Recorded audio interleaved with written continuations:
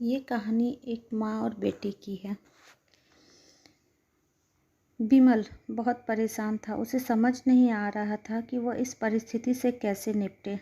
वह अपनी माँ को बहुत चाहता था, किंतु उसकी पत्नी और बच्चे उसकी माँ से बहुत दूर भागते थे, क्योंकि उसकी माँ की एक आंखें नहीं थी, साथ ही उसकी कमर भी 90 अंश तक झुक चुकी थी। वैसे वह अपना काम सब खुद कर लेती थी, किंतु फिर भी वह उसकी पत्नी और बच्चों के लिए हमेशा खटकती थी। दादी, आप ऊपर के कमरे में जाओ, मेरे दोस्त आ रहे हैं, बिमल के बेटे अखिल ने बड़े बेरुखी से कहा। पर बेटा, मैं तो यहाँ बहुत दूर बैठी हूँ, बिमल की माँ ने बहुत प्यार से कहा। नहीं, आप उनके सामने मत रहो, वह मुझे चिढ़ाते हैं, अखिल ने ज़ोर से डांटते हुए कहा।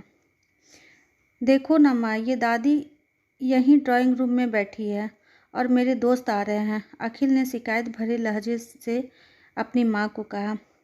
माँ जी, आप ऊपर चली जाओ, क्यों हम लोगों को लजवाती हो, कामनी ने बेटे के पक्ष लेते हुए कहा। बेचारी सरस्वती चुपचाप उठकर जीने के सहारे ऊपर जाने लगी। कमर झुकी होने के कारण उन्हें ऊपर चढ़ने में बहुत परेशानी हो रही थी, किंतु वह पूरी ताकत से ऊपर के एक अकेले कोने वाले कमरे में जाकर बैठ गई। बिमल बाजू के कमरे से सब सुन रहा था। उसे कष्ट हो रहा था कि उसकी माँ को अपमानित होना पड़ रहा है, किंतु वह असहाय था। अगर वह कुछ कहता है तो पत्नी और बच्चे उसका विरोध करते। दूसरे उनके तर्क भी सही लगते थे। चूँकि वह एक प्रशासनिक अधिकारी था, उसका सामाजिक स्तर बहुत ऊंचा था।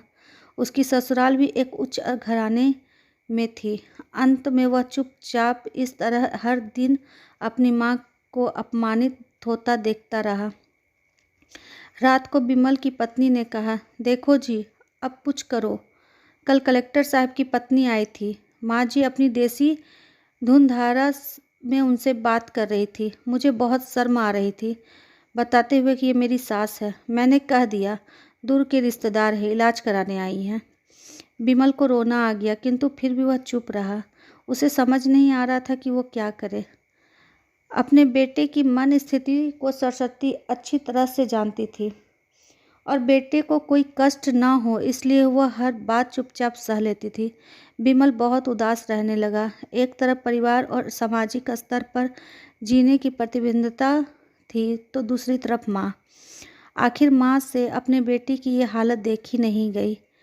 एक दिन उसने अपने बेटे से कहा, बिमल, बहुत दिन हो गया है, मैं अपने गांव जाना चाहती हूँ, मुझे वहाँ पहुँचा दो, मेरा यहाँ मन नहीं लग रहा है। किंतु माँ, वहाँ तो कोई नहीं है, तुम्हारी देखभाल कौन करेगा? बिमल ने आश्चर्य से पूछा। अरे सब गांव वाले हैं, वो तुम्हारे मामा जी वहीं उसी गांव में तो रहते हैं, फिर हम सारी व्यवस्थाएं कर आएंगे। कामिनी को तो जैसे मन की मुराद मिल गई थी। कामिनी बिमल की वाइफ है। हाँ बेटा, बहू सही कह रही है, सरस्वती ने लंबी सांस लेते हुए कहा। बिमल जानता था कि गांव में माँ की देखभाल करने वाला कोई नहीं है, लेकिन अपनी पत्नी की जिद के कारण वह अपनी माँ को गांव छोड़ने पर विवश हो गया। माँ को गांव छोड़कर आते वक्त उसे रोना आ रहा था तथा अपनी बेबसी पर गुस्सा भी आ रहा था, किंतु परिवार, पत्नी और समाज ने उसके इस मनोभाव को दबा दिया और वह सुकून सा महसूस करने लगा। कुछ दिनों बाद उसके चाचा, जो अमेरिका में रहते थे, वो आने वाले थे। जब बिमल बहुत छोटा था, उसके पिताजी जीवित थे, तो वह भारत आए थे और उसके बाद वह भारत आने वाले थे। पूरा परिवार और आस पड़ोस बहुत उत्साहित था। अमेरिका से बिमल के डॉक्टर चाचा आ रहे थे। डॉक्टर रमेश ने जैसे ही घर में कदम रखा, सबने मिलकर बहुत उत्साह से उसका स्वागत किया। क्यों बिमल भाभी नहीं दिख रही है, कहाँ है? डॉक्टर रमेश ने उत्साहपूर्वक पूछा। जी, वो गांव में रहती है, यहाँ उनका मन नहीं लग रहा था, कामिनी ने सपाट लहजे में उत्तर दिया। डॉक्टर रमेश ने बिमल की ओर देखा और बिमल ने अपनी आंखें झुका ली। डॉक्टर रमेश सब समझ गया। बोले, कल हम भाभी से मिलने के लिए गांव चलेंगे और सबको ही चलेंगे। दूसरे दिन सभी लोग गांव के घर में पहुंचे।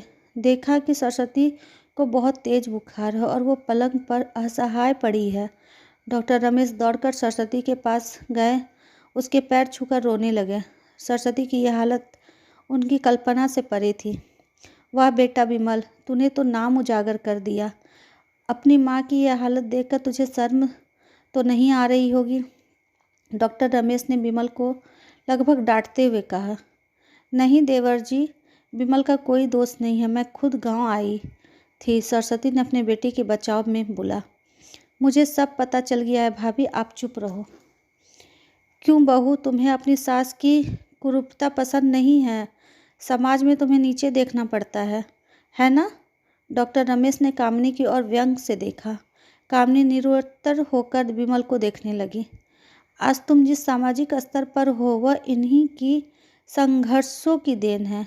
और बेटा विमल, तुम्हें शायद मालूम ना हो कि बचपन में जब तुम 1 साल के थे तब छत से नीचे गिर गए, जिस कारण तुम्हारी एक आंख फूट गई और तुम्हारी रीढ़ की हड्डी की समस्या थी। तब तुम्हारी इस कुरूप माँ ने अपनी एक आंख और अपना बोन मैरो तुम्हें देकर इतना सुंदर स्वरूप दिया था। कामिनी बेटा, इतने सालों तक संघर्ष करके बेटे को प्रशासनिक अधिकारी बनाने वाली इस संघर्षशील औरत की तुम लोगों ने यह दशा कर दी, तुम्हें ईश्वर कभी माफ़ नहीं करेगा। डॉक्टर रमेश की आंखों में आंसू की जलधारा बह रही थी।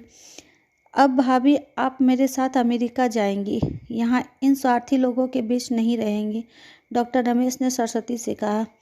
विमल को तो काटो तो खून नहीं, ऐसा हो गया था।